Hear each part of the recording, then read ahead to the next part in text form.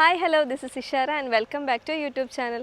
അപ്പോൾ ഇന്നത്തെ വീഡിയോ എന്ന് പറയുന്നത് നിങ്ങൾ തംബ്നെയിൽ കണ്ടതുപോലെ ഡിസെക്ഷൻ ഹാളിലെ എക്സ്പീരിയൻസ് ഷെയർ ചെയ്യുന്ന ഒരു വീഡിയോ ആണ്. അപ്പോൾ നമുക്ക് ഇവിടുത്തെ ഫസ്റ്റ് ഇയറിലെ കുറച്ച് സ്റ്റുഡൻസിനോട് തന്നെ അവരുടെ എക്സ്പീരിയൻസ് കാര്യങ്ങളൊക്കെ ചോദിക്കാം. ഞാൻ ഒറ്റയ്ക്ക് പറയുന്നതിനേക്കാളും കുറച്ചധികം സ്റ്റുഡൻസിൻ്റെ അഭിപ്രായം അറിയുന്നതായിരിക്കും നല്ലത്.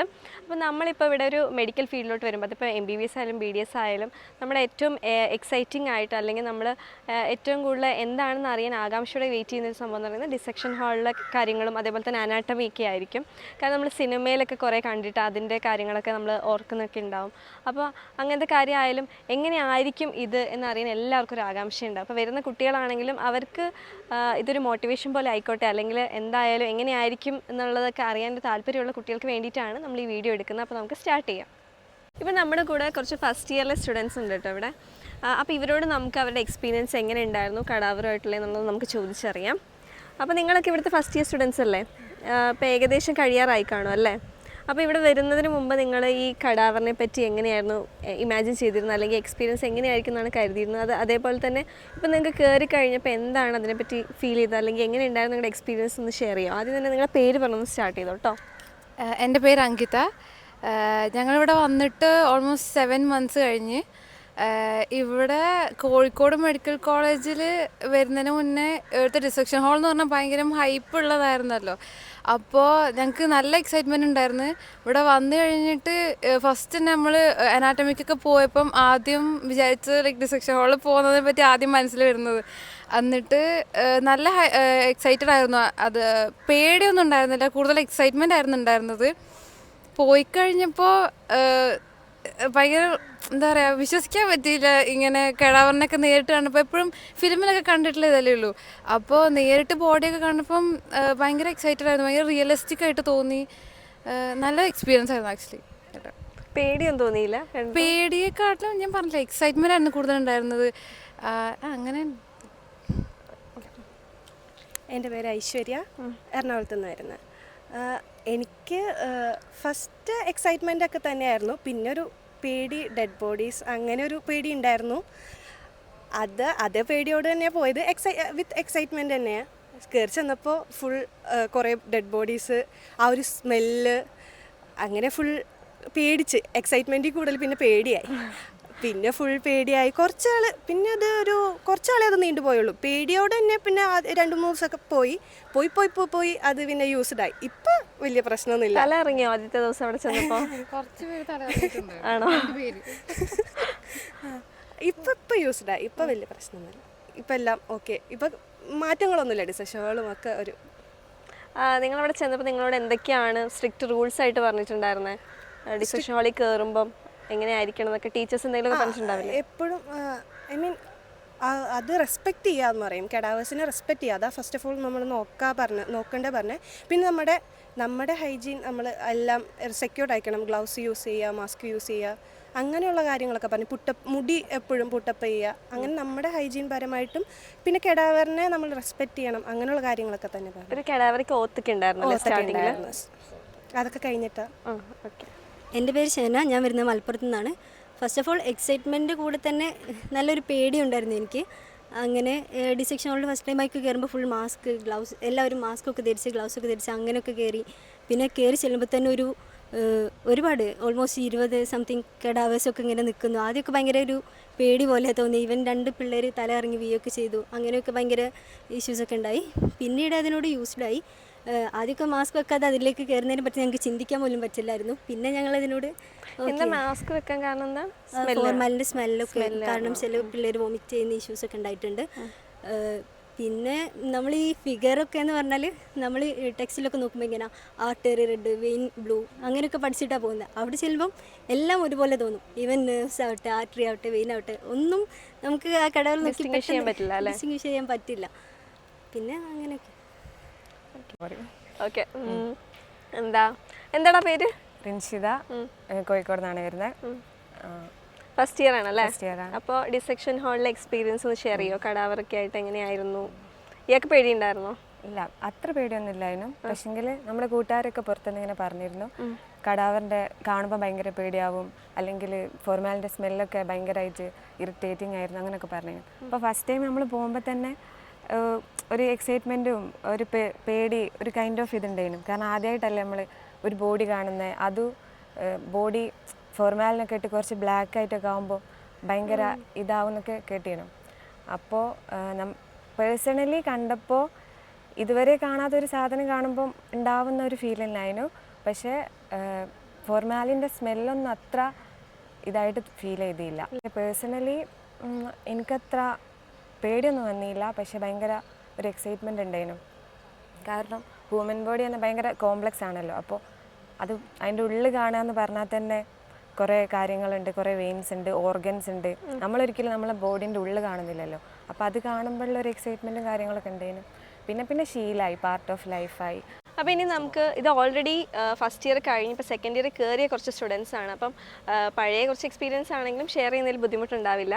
അപ്പോൾ എങ്ങനെ ഉണ്ടായിരുന്നു നിങ്ങളുടെ ഫസ്റ്റ് ഇയറിലെ ഡിസെക്ഷൻ ഹാൾ എക്സ്പീരിയൻസ്? ആദ്യം തന്നെ പേര് പറഞ്ഞോളൂ. എൻ്റെ പേര് അഭയ് കൃഷ്ണ. എവിടുന്നാണ് വരുന്നത്? ഞാൻ കണ്ണൂരിൽ നിന്ന് വരുന്നു. പറഞ്ഞു. ഇപ്പോൾ പറയുമ്പോൾ ആദ്യമായിട്ടാണ് ഒരു ഡെഡ് ബോഡി ഫേസ് ചെയ്ത് നിൽക്കുന്നത്. അപ്പോൾ അതിൻ്റെ ഒരു ചെറിയ ബുദ്ധിമുട്ടുണ്ടായിരുന്നു. പിന്നെ അവിടുത്തെ ഫോർമാലിൻ്റെ സ്മെല്ലും അതൊക്കെ ആദ്യമൊന്നും ടോളറേറ്റ് ചെയ്യാൻ പറ്റിയില്ല.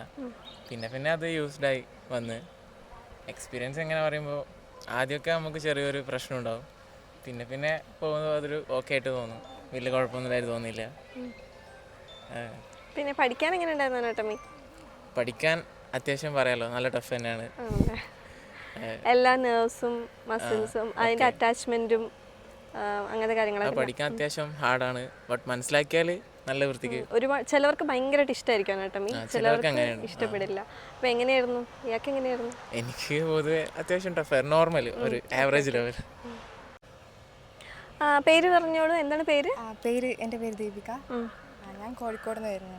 അപ്പോൾ നമുക്ക് ഇവിടുത്തെ ഫസ്റ്റ് ഇയറിൽ നിങ്ങളുടെ കടാവറുമായിട്ടുള്ള എക്സ്പീരിയൻസ് എങ്ങനെ ഉണ്ടായിരുന്നു അതൊന്ന് പറയൂ. കടാവർ ഫസ്റ്റ് നമ്മളെ മൂവീസിലൊക്കെ ആണ് ഈ കടാവർ അങ്ങനെ കാര്യങ്ങളൊക്കെ കേൾക്കുന്നത്. അപ്പം കുറച്ച് എക്സൈറ്റ്മെൻറ്റും ക്യൂരിയോസിറ്റിയും ഉണ്ടായിരുന്നു. എങ്ങനെ ഇത് കാണാൻ എങ്ങനെയായിരിക്കും, പിന്നെ എങ്ങനെയാണ് ഈ ആൾക്കാർ ഇതുമായിട്ട് ഇടപെടുന്നത്, അത് തൊടുമ്പോൾ കറുപ്പ് വരില്ല, അങ്ങനെയൊക്കെ ആയിരുന്നു ഫസ്റ്റ്. പിന്നെ ഇവിടെ കിട്ടിയപ്പോൾ വൺ ഓഫ് ദ ഫേമസ് ആണ് ഇവിടെ മെഡിക്കൽ കോളേജ് ഡിസെക്ഷൻ ഹാൾ. അപ്പോൾ ഭയങ്കര ഹാപ്പി ആയിരുന്നു. അപ്പോൾ ഭയങ്കര എക്സൈറ്റ്മെൻറ്റും ആയിരുന്നു കൂടുതൽ. അങ്ങനെ ഫസ്റ്റ് ഡേ തന്നെ അവിടെ പോയി. ഫസ്റ്റ് അത് കാണുമ്പോൾ എല്ലാവരും പറയുന്ന പേടിയൊക്കെ ആയിരുന്നു. പക്ഷെ എനിക്ക് കൂടുതൽ എക്സൈറ്റ്മെൻറ്റ് ആയിരുന്നു ഉണ്ടായിരുന്നത്. അപ്പോൾ മിസ്സ് അപ്പോൾ ചോദിച്ചു ഫസ്റ്റ് ആർക്കാണ് ഡിസെക്റ്റ് ചെയ്യാൻ താല്പര്യം ചോദിച്ചപ്പോൾ ഞാൻ തന്നെ മുന്നോട്ട് പോയി. അപ്പോൾ അതൊക്കെ എനിക്കൊരു പ്രൗഡ് മൊമെൻ്റ് ആയിട്ടാണ് ഇപ്പോൾ തോന്നുന്നത്. പിന്നെ കുറച്ച് ഒരു വൃത്തീൻ്റെ ഒരു പ്രശ്നം പോലെ എനിക്ക് തോന്നി. അവിടെ തൊടണമെങ്കിൽ ഒരു അറപ്പൊക്കെ ആയിരുന്നു ഫസ്റ്റ്. അപ്പോൾ എനിക്ക് തോന്നി പിന്നെ കുറച്ച് കഴിഞ്ഞപ്പം ഗ്ലൗസ് ഇല്ലാണ്ടായി, മാസ്ക് ഇല്ലാണ്ടായി. മാസ്ക് ഒന്നും ഇല്ലാണ്ട് ഫസ്റ്റ് കയറാനേ പറ്റില്ലായിരുന്നു. അപ്പോൾ മാസ്ക് വേണ്ട, ഗ്ലൗസ് വേണ്ട, ടേബിളിലിരിക്കുക, തൊട ഒക്കെ ഒരു നോർമലായിട്ടുണ്ട്.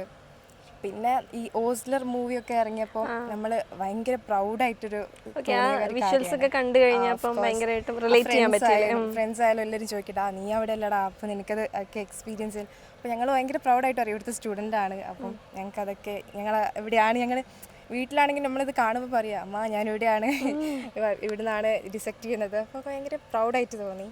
പിന്നെ പഠിത്തത്തിൻ്റെ വരുമ്പോൾ ആദ്യം ഞാൻ പറഞ്ഞത് എൻ്റെ ഫ്രണ്ട്സിനോടൊക്കെ പറഞ്ഞ് ഇത് ഡിസെക്ഷൻ അല്ലേ, എനിക്ക് എളുപ്പമായിരിക്കും, ബിക്കോസ് എനിക്ക് ഭയങ്കര ഇൻട്രസ്റ്റ് ഉള്ള ടോപ്പിക്കാണ്. ഇപ്പോൾ ഇവരൊക്കെ പറഞ്ഞ് ഇല്ലടാ ഇത് പാസ്സാകാൻ കുറച്ച് ടഫാണ്. അപ്പോൾ ഞാൻ പറഞ്ഞു അല്ല ഇത് ഞാൻ പാസ്സാവും, ബിക്കോസ് ഇതെനിക്ക് ഇൻട്രസ്റ്റിംഗ് ആണെന്ന് തോന്നുന്നു.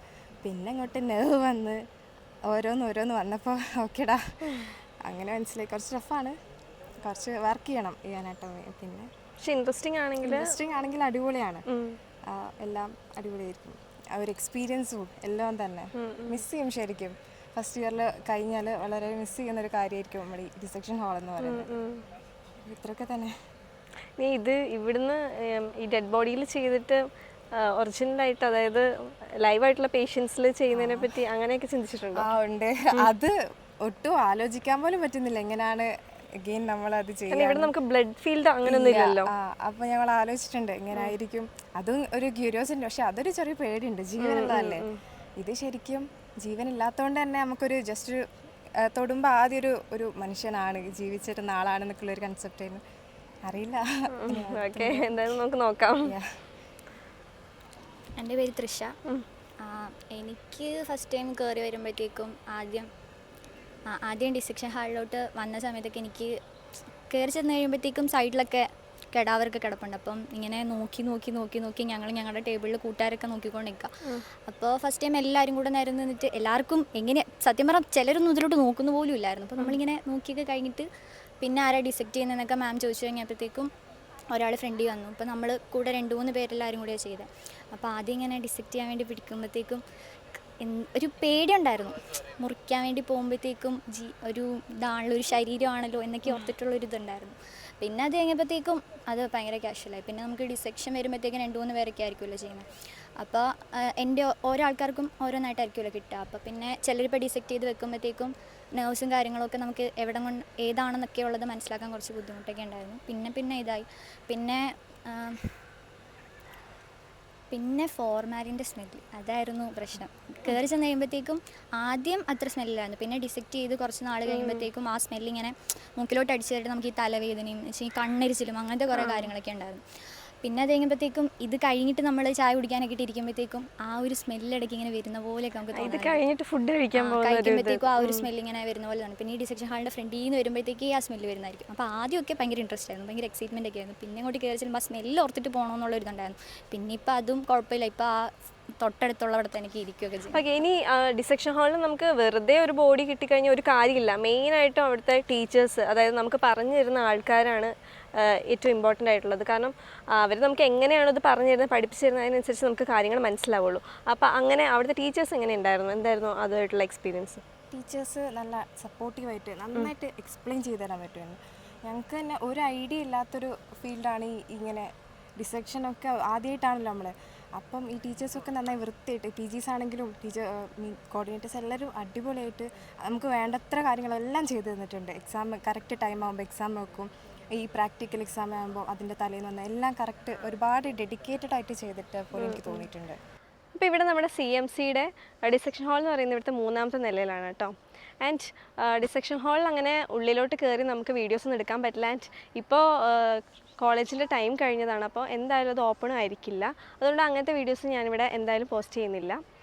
ഇനി എൻ്റെ തന്നെ ഒരു എക്സ്പീരിയൻസ് ഷെയർ ചെയ്യാനാണെങ്കിൽ, ഞാൻ അനാട്ടമി എനിക്ക് അത്രയ്ക്ക് ഇഷ്ടപ്പെട്ടൊരു വിഷയമല്ലായിരുന്നു. എനിക്ക് കുറച്ചുകൂടി ബയോകെമിസ്ട്രിയും ഫിസിയോളജിയൊക്കെ തന്നെയായിരുന്നു ഫസ്റ്റ് ഇയറിൽ ഇഷ്ടം. ആൻഡ് അനാട്ടമി ഡിസെക്ഷൻ ഹാൾ എനിക്ക് പേഴ്സണലി അത്രയ്ക്ക് ഇഷ്ടമുള്ളൊരു സ്ഥലമായിരുന്നില്ല. ആൻഡ് എനിക്കത് കുറച്ച് ബുദ്ധിമുട്ടായിട്ടായിരുന്നു തോന്നിയിരുന്നത്.